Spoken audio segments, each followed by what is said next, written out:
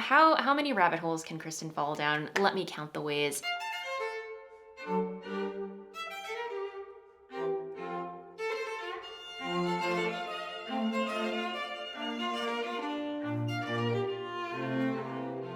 Hello, I'm Kristen, also known as Voolenvine, here on my YouTube channel, where I chat about what I'm knitting, what I'm sewing, what I'm making, or whatever crafty rabbit hole I happen to be diving down this week. And this week it is yet another knitting episode. I have not made any sewing progress over the weekend or the past week, so here we are again with more knitting content to share with you. However, I have a funny feeling it's going to be a shorter episode because I've been very monogamous on one particular project, which I'll get to in a little bit. But first, we do have a couple of announcements. First, we have our History Make-Along, which is currently underway. If you are new to this channel, welcome. We have a year-long knit-along that's happening where we are all endeavoring to create something historically inspired prior to the 1950s or within the 1950s. So if you're drawn to a particular time period or era, make something inspired by it, be it sewing, knitting, weaving, crochet, whatever your craft is, you are always welcome to join. And yes, there are two ways to join. One is to hop on over to the Voolenvine Ravelry group, where there is a thread dedicated to this make-along. That's where you can share your progress, your whips, links to inspiration, whatever you want, as long as you're participating in that thread. At the end of the make-along, come March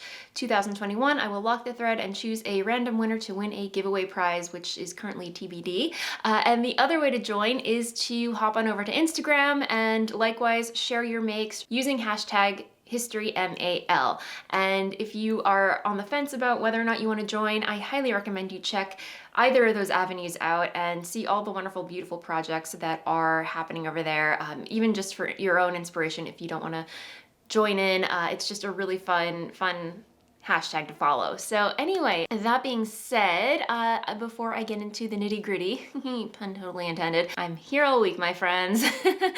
Just a quick word from my lovely and amazing sponsor, Skillshare. And if you're not familiar, Skillshare is an online learning community platform where you can learn pretty much anything. And lately I've been using Skillshare to learn more about street photography. And I know this has nothing to do with knitting or sewing, but lately I have been having fun exploring my other interests, and currently that is photography. So just to let you know, there are a plethora of tutorials about street photography over on Skillshare, just to give you an example. And if you are interested in that, I'll link to a couple of my favorites down below. But yes, you can definitely use Skillshare to take crash courses in anything you're interested in, be it photography, social media, marketing. Again, whatever it is you want to learn in the moment, I guarantee you can probably learn it on Skillshare. So if that sounds like something that's up your alley, click on the link below and you can enjoy Skillshare. Try it 2 months absolutely free on yours truly.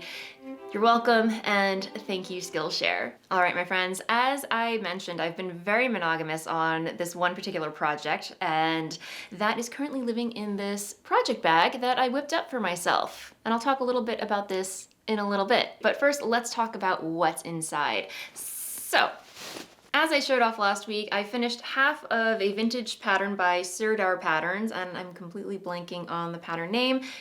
It's a lady's jumper followed by a number. I will pop it in the down bar below. But yeah, I have just been so enjoying this pattern. You have no idea. I haven't been able to put it down. So much so that here is where I am on, had to rescue some stitches. But anyway, so much so, here's where I am on the second half. So yeah, and when I showed this off to you last week, I had just cast on the ribbing for the sleeve, so making quite a bit of progress. And again, I'm using rather small needles. I used US 1s to cast on the ribbing and then switched to a US 3 for the rest of the sweater, jumper, garment, so to speak. And yeah, it's slow going, but I'm enjoying it immensely, as you can clearly tell. I cracked into the second skein, so I'm assuming this pattern, these stitches don't want to stay on the needle. Why? Yes, I've cracked into the second skein, and I'm assuming this is going to take about a skein and a half to complete, maybe a little bit more, because yeah, I want to say I'm about 50% done with this. So maybe a little less. Anyway, only time will tell. But yeah, thoroughly enjoying it. The yarn is my hand-dyed yarns, Voolenvine yarns, in my Voolenvine number 9 colorway, which is appropriately mauve. I love it. It just speaks to my soul on so many levels, and I cannot wait to have this ready for my fall wardrobe. By the way, it is fall. When did that happen? Happy autumn, everybody. I'm so happy it's here, you guys. It's so funny because when I was little, I used to love summer. Maybe it's because there was no school or anything, but I used to live for hot weather. Now I just can't take it anymore. I was just so done with summer. So I'm very happy that autumn is here. Pumpkin season, Halloween is nigh. Cannot wait for it. Someone actually did reach out to me about how to access the pattern, because if you look it up on Ravelry, it's not available to download or purchase anywhere. So I will link to the Etsy shop where I purchased this pattern as a PDF download. And contrary to most of my other patterns that I knit, I am taking very in-depth notes on the construction of this. So if you head on over to my Ravelry project page, and I'll link to that below as well, you'll see all my notes about like abbreviations, the experience that I'm having knitting with it, the experience that I'm having knitting on it. Grammar, Kristen. Anyway, so all that information is there on my Ravelry project page, and I'm trying to think, and I linked to the chart as well. So all of that is there if you're considering casting this on. Again, a very, very simple, intuitive, enjoyable knit. The only thing I will say are the increase rows. The thing about the increase rows is that if you're familiar with modern knitting patterns, generally there is a resting knit row, knit or purl row after you make a row of increases. Here, it's like you make one row of multiple increases, and then on the other side, you go straight into another stitch. There's no resting. You're just going right into the pattern. So that is a little bit fiddly. I'm not gonna lie. It's a little bit fiddly. Just take your time, have some patience. Again, there are only 2 rows of those increased rows. So once you plow through those, the rest is a breeze, I promise you. So anyway, all the notes again are on my project page if you want to check those out.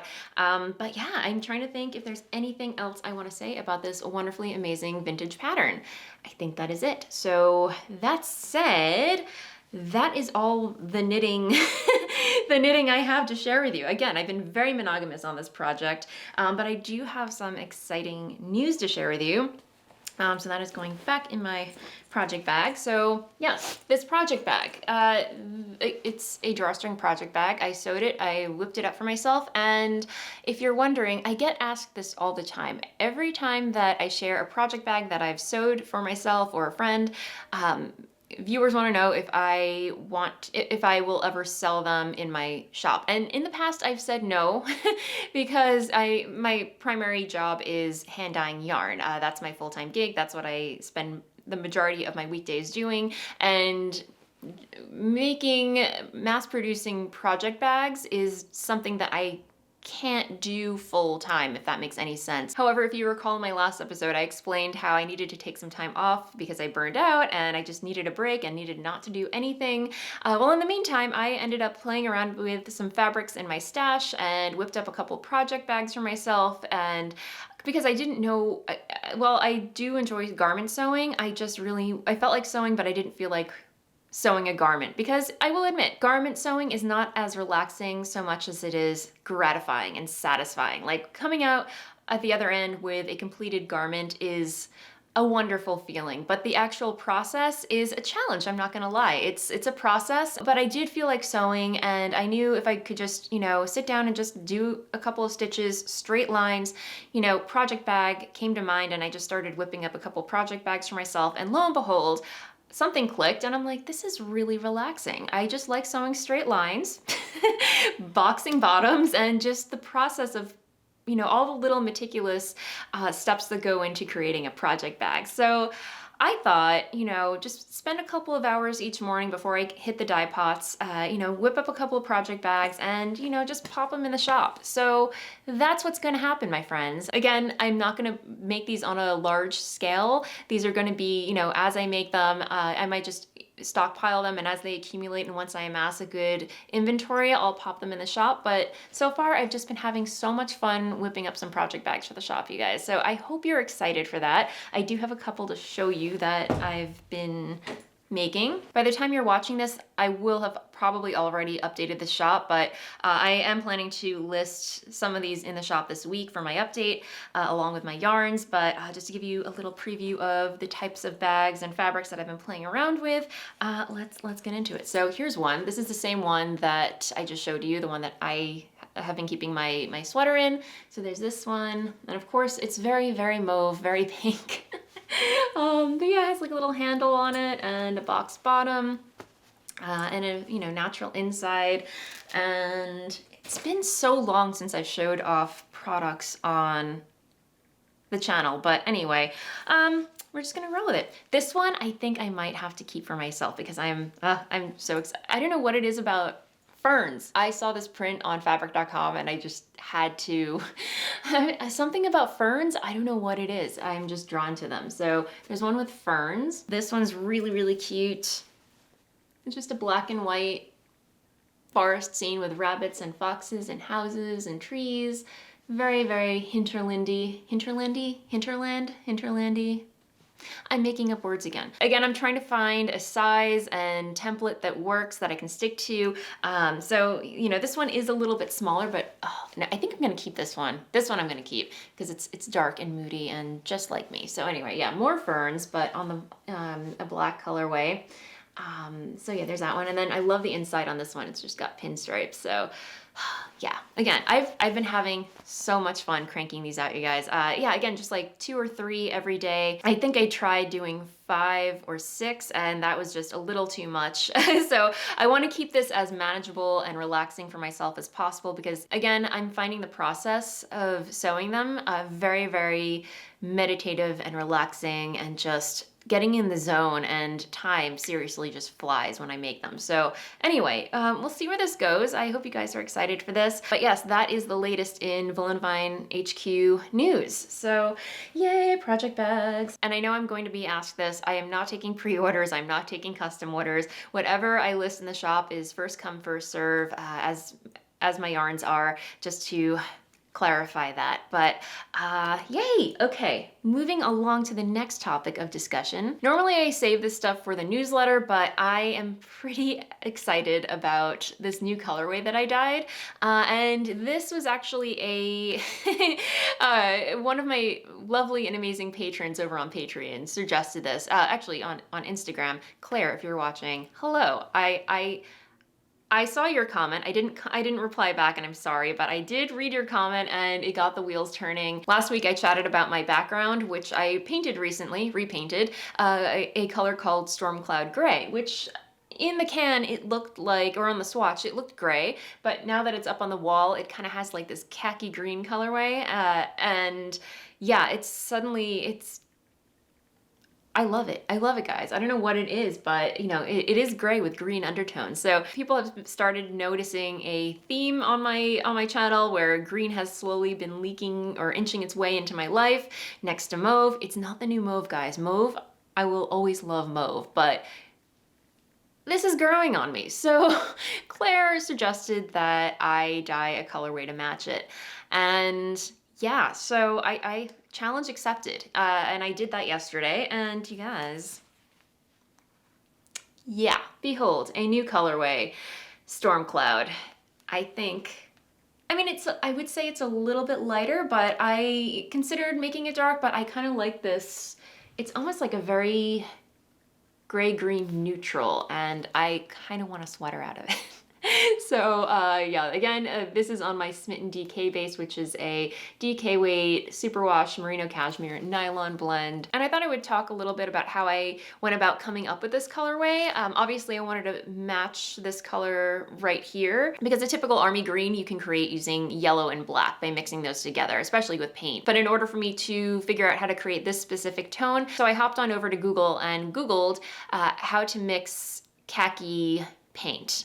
If you were to look up how to dye khaki yarn, it's not really gonna help you out. Thankfully, there are a bunch of photos of color charts that show you what paints that when mixed together create a specific colorway. So I was able to kind of browse and find a specific color of khaki that caught my eye that seemed to match this, and I was able to choose 2 dyes from my library of acid dyes and mix those together. Again, it was trial and error. You know, I took a couple of practice test skeins to see what worked and what didn't, but I finally settled on a mixture that made me happy, and this is the result. Again, I'm not one to give away my dye recipes on here, so unfortunately that is in the vault, but I was able to choose a specific yellow-green acid dye and mix it with a gray acid dye and even out the tones until I got a shade that I was very happy with. So I hope you guys find that interesting. But yeah, I think that is all the content that I have to share with you this week, my friends. I am going to move along to the blather segment where I chat about life stuff, should you care to stick around. As for life stuff, I don't know if you can tell, but I've fallen completely down the rabbit hole of street photography. I don't know why I'm so fascinated by it. It's something that I'm just dipping my toes into. I'm doing a lot of research. I'm watching a lot of tutorials and finding inspiration on YouTube, just watching a bunch of street photography documentaries. And there's one that I recently watched, and I am completely blanking on her name, but she is so incredibly inspiring and fascinating. I believe her name is Dorothy Bohm. I will pop her name in the down bar below. I'm so embarrassed that I don't remember her name, but this documentary was so inspiring and just really lovely to watch. I will link to the documentary in the show notes description below. But again, that was a really inspiring documentary to watch. And then I also purchased this book called Bystander, A History of Street Photography. And it is by Colin Westerbeck and Joel Meyer-Owitz. Butchering names again, as I do. But anyway, this is a textbook or a tome of just amazing street photos. And of course, if you go all the way to the beginning, you get a lot of the Edwardian era street photography, which I find so fascinating. It's, yeah, I could just sit here and pore over these photos. But it's introduced me to so many street photographers like Henri Cartier-Bresson and, oh goodness, Van Gogh, and yeah, it's just, I mean, look at that. You get to see all the styles. And whatnot. So yeah, I'm so in love with this. I think what I find so fascinating about street photography is that it documents history. Like, they're little snapshots. They don't have to be well composed or anything, but they're just like little snapshots of you know, snippets of life, of what life was like back then. And even now, just, you know, the idea of going around and documenting what life is like now it's going to be completely different from what life is like 10 years from now. Like right now we're all glued. Right now we might find it really annoying walking down the street that everyone's glued to their phone and roll our eyes, but we're going to look at those photos 10 years from now and be like, oh my gosh, you know, just so fascinated by it. Anyway, yeah. How many rabbit holes can Kristen fall down? Let me count the ways. I've been doing my best to take my camera with me wherever I go, pay more attention to my surroundings, lighting and shadows, and, you know, paying attention to all the different composition styles, because there are so many ways to go about taking street photos. One of my favorite techniques that I tried recently, I'll pop a photo here so you can see it, but you find a frame or a composition that you like, you set up your camera and you just wait for a subject to walk into it, and then you take the photo, which I think is really cool. It's less confrontational, so, you know, you can kind of stake out and just wait for someone to walk into it, as opposed to walking up to somebody and, you know, taking their photo, which I find very intimidating, which is why I want to, the next time I go out and attempt street photography, I'm going to take an 85mm lens. So compared to a wide lens, like a 24mm, you have to go right up to your subject, as opposed to an 85mm lens, you can be across the street and still get a good shot of whoever you're taking a photo of. So there's a whole method to this madness that I'm incredibly fascinated by. So stay tuned for more shenanigans in street photography on this channel. All right, my friends, I am gonna end things there. Thank you so much as always for hanging out with me. And if you're new here and you haven't already, please feel free to like and subscribe down below. I put out a video for your viewing pleasure every week, and I hope wherever you are in the world, you're staying safe and staying creative. And until the next video, happy knitting, happy sewing, happy making. Bye.